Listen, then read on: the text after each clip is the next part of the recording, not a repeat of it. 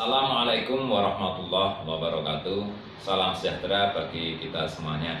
Yang saya hormati Ibu Yulia sebagai coach, Bapak Kepala Dinas Pertanian dan Pangan Kabupaten Gunung Kidul sebagai mentor, Bapak dan Ibu tim penguji yang kami hormati pula. Saya akan menyampaikan rancangan aksi perubahan dengan judul Pelibatan Generasi Muda Milenial dalam kegiatan optimalisasi pemanfaatan pekarangan dengan pendekatan konsep pekarangan pangan lestari untuk ketersediaan bahan pangan di Kabupaten Gunung Kidul. Untuk menyingkat waktu, baiklah marilah kita lihat dalam PowerPoint berikut ini. Rancangan aksi perubahan ini saya dilatar belakangi oleh permasalahan untuk mewujudkan pengembangan konsumsi dan kemandirian pangan terkendala. Yang pertama, minat generasi muda berprofesi di bidang pertanian semakin menurun. Sementara sumber daya manusia petani di Gunung Kidul rata-rata sudah lanjut usia. Keanekaragaman konsumsi pangan masyarakat Gunung Kidul masih perlu ditingkatkan.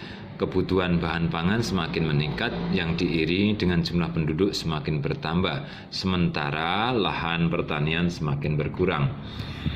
Dengan inovasi pelibatan generasi muda milenial dalam kegiatan optimalisasi pemanfaatan pekarangan dengan pendekatan konsep pekarangan pangan lestari untuk ketersediaan bahan pangan di Kabupaten Gunung Kidul akan dapat memecahkan permasalahan tersebut dengan cara penguasaan teknologi baik off-farm maupun on-farm untuk meningkatkan produksi dan nilai tambah dengan sumber daya manusia petani yang masih muda dan handal. Melibatkan kaum muda milenial dalam kegiatan pertanian baik on-farm maupun off-farm. Mendekatkan sumber bahan pangan yang beraneka ragam di tingkat rumah tangga dengan pemanfaatan pekarangan berbasis pangan lokal. Yang keempat, menentukan kebijaksanaan teknis untuk pelibatan kaum muda milenial pada sektor pertanian pada umumnya, khususnya pada kegiatan optimalisasi pemanfaatan pekarangan. Adapun program kegiatan yang akan kami laksanakan dalam aksi perubahan ini adalah yang pertama adalah demplot kelompok, yang kedua adalah pengembangan pekarangan anggota, 3 kebun bibit, 4 sekolah lapang, 5 latihan olahan pangan beragam bergizi seimbang dan dengan pangan lokal. Tujuan dan manfaat aksi perubahan antara lain: tujuan jangka pendek, menumbuhkan minat dan motivasi generasi muda di bidang pertanian, meningkatkan pengetahuan dan keterampilan generasi muda dalam budidaya pertanian, pengolahan hasil dan pemasaran. Jangka menengah, memudahkan penyiapan generasi penerus pelaku utama dan pelaku usaha di bidang pertanian, meningkatkan keanekaragaman konsumsi pangan masyarakat, meningkatkan ketersediaan pangan di tingkat rumah tangga yang melibatkan generasi muda. Adapun tujuan jangka panjang adalah meningkatkan ketahanan pangan di Kabupaten Gunung Kidul. Sementara manfaat jangka pendek, kaum muda milenial di Kabupaten Gunung Kidul mulai terlibat dan mengenal pertanian khususnya pada optimalisasi pemanfaatan pekarangan. Minat dan motivasi generasi muda di bidang pertanian semakin meningkat.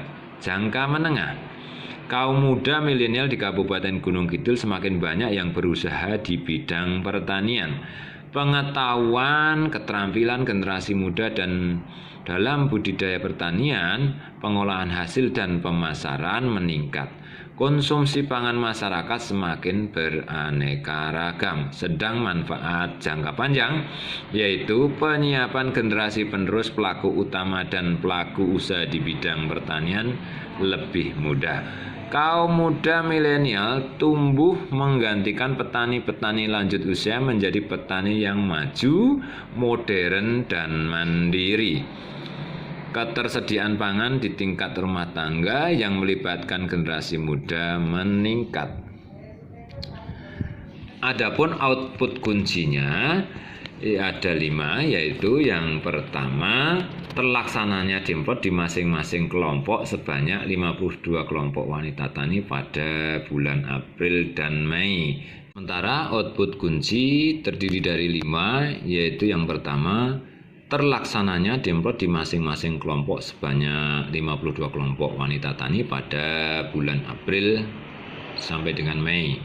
Yang kedua, terlaksananya pengembangan pekarangan anggota di 52 kelompok wanita tani yang melibatkan 1.300 orang anggota kelompok di bulan Mei dan Juni. Otomatis kaum muda yang terlibat akan sebanyak 260 orang. Yang ketiga, tersedianya kebun bibit di masing-masing kelompok sebanyak 52 kebun bibit yang akan dilaksanakan pada bulan April. Yang keempat, terlaksananya sekolah lapang di 24 kelompok. Masing-masing kelompok melaksanakan sebanyak 4 kali pelaksanaan bulan April sampai dengan bulan Juni. Yang kelima, terlaksanaan latihan pasca panen dan olahan pangan beragam bergizi seimbang aman dengan pangan lokal di 14 kelompok yang akan dilaksanakan pada bulan Mei yang melibatkan 70 orang milenial. Bentuk koordinasi dan kolaborasi stakeholder internal. Kelompok berkewajiban melibatkan petani muda minimal 20% dari jumlah anggota. Penyuluh pendamping bertanggung jawab mendampingi keberlangsungan kegiatan. Kepala bidang ketahanan pangan bertanggung jawab memfasilitasi secara teknis maupun anggaran sebagai project leader. Kepala bidang penyuluhan memberikan fasilitasi data dan metode penyuluhan. Kepala bidang peternakan, kepala bidang perkebunan dan horti, kepala bidang tanaman pangan, kepala bidang P2HP memberikan fasilitasi teknis. Koordinator penyuluh kabupaten, fasilitas teknis dan pendampingan. Koordinasi dan kolaborasi stakeholder eksternal.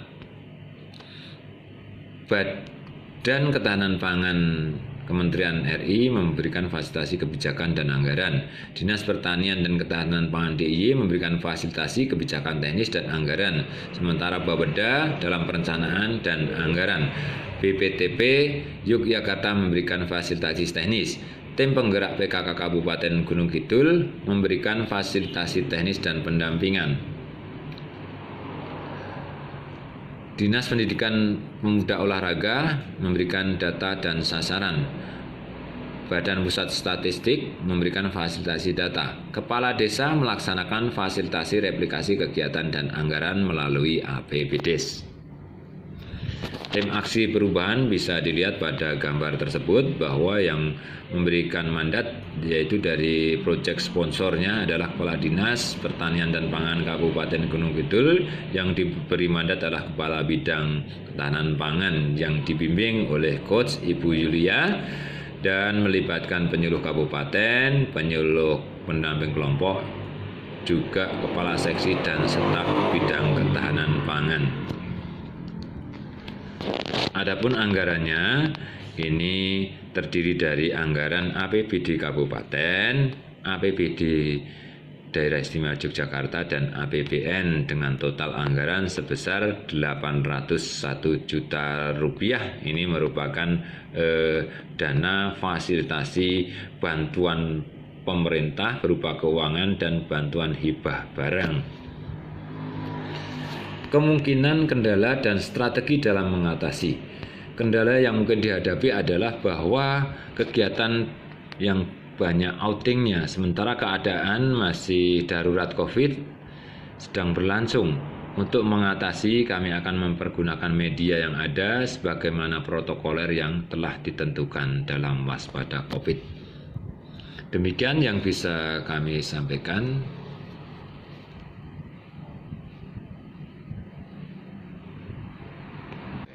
Demikian yang bisa kami sampaikan, atas kekurangannya mohon maaf. Billahi taufiq wal hidayah. Assalamualaikum warahmatullahi wabarakatuh.